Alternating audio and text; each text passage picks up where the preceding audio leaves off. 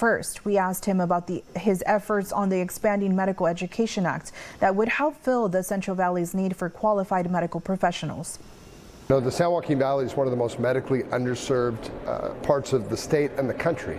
Our physician to patient ratios are a fifth of what you see in the urban hubs, 50 or 60 physicians for every 100,000 people instead of hundreds of physicians. And what that means is when you go to see a doctor, there are long waits to get in. It's hard to find a primary care physician. It also means that our healthcare infrastructure, like our hospitals, struggle.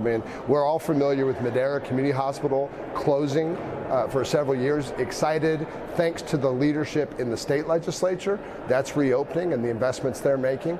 But back here in Washington, they're talking about cutting Medicaid and creating a situation where more of our healthcare infrastructure could close or be challenged. What Congressman Costa and I are trying to do is invest money into the healthcare system to make it better, right?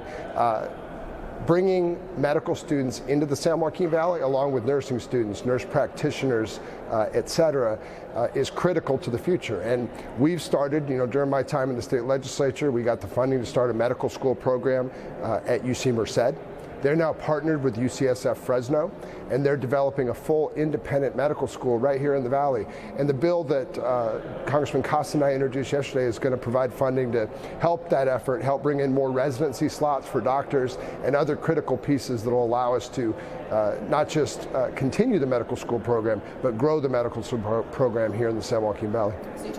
Congressman Gray also touted the reopening of the Madera Community Hospital. It had been closed for more than 2 years before finally opening its doors again last month. Lack of healthcare infrastructure impacts everyone. Sometimes people think, oh, it's just those that can't afford it or the uninsured. Well, those costs all get borne by all of us, and the lack of service. If somebody can't get in to see a primary care physician, where do they go for those services? Well, they go to the emergency rooms, right? And so we really need to bolster our healthcare infrastructure, and that's a #1 priority for me back here, making those services better. We also asked him about the president's tariff plan. He says it's hard to anticipate what President Trump will announce, but echoes the idea that any tariffs imposed on agriculture could hurt the valley. The president doesn't always do the things he says he's going to do. I've heard that he intends to lay more tariffs in place across the world. Now, representing the largest agricultural valley in the world, we're already seeing the damages of the existing tariffs. We've seen the damages of the 2018 tariffs, the losses in revenue and economic activity in our area. So I'm very concerned. I'm not sure what Liberation Day means to the president, but if it means higher prices and less activity for Valley farms, that's not a good thing. Finally, we asked about the 2 assembly bills that were shut down in the state legislature yesterday. Both would have limited transgender athletes from competing in girls' and women's sports, something the Trump administration has threatened to pull federal school funding from our states over.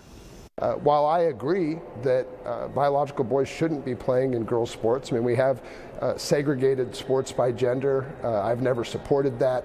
I don't think we should punish every school child in every state that has this activity, and I think there are more important issues to be focused on top of that.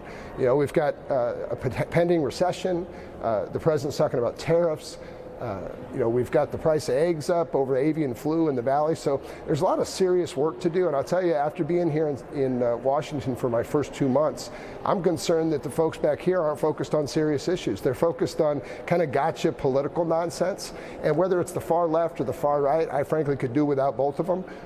Congressman Gray adds there needs to be serious people in Washington, D.C. doing serious work.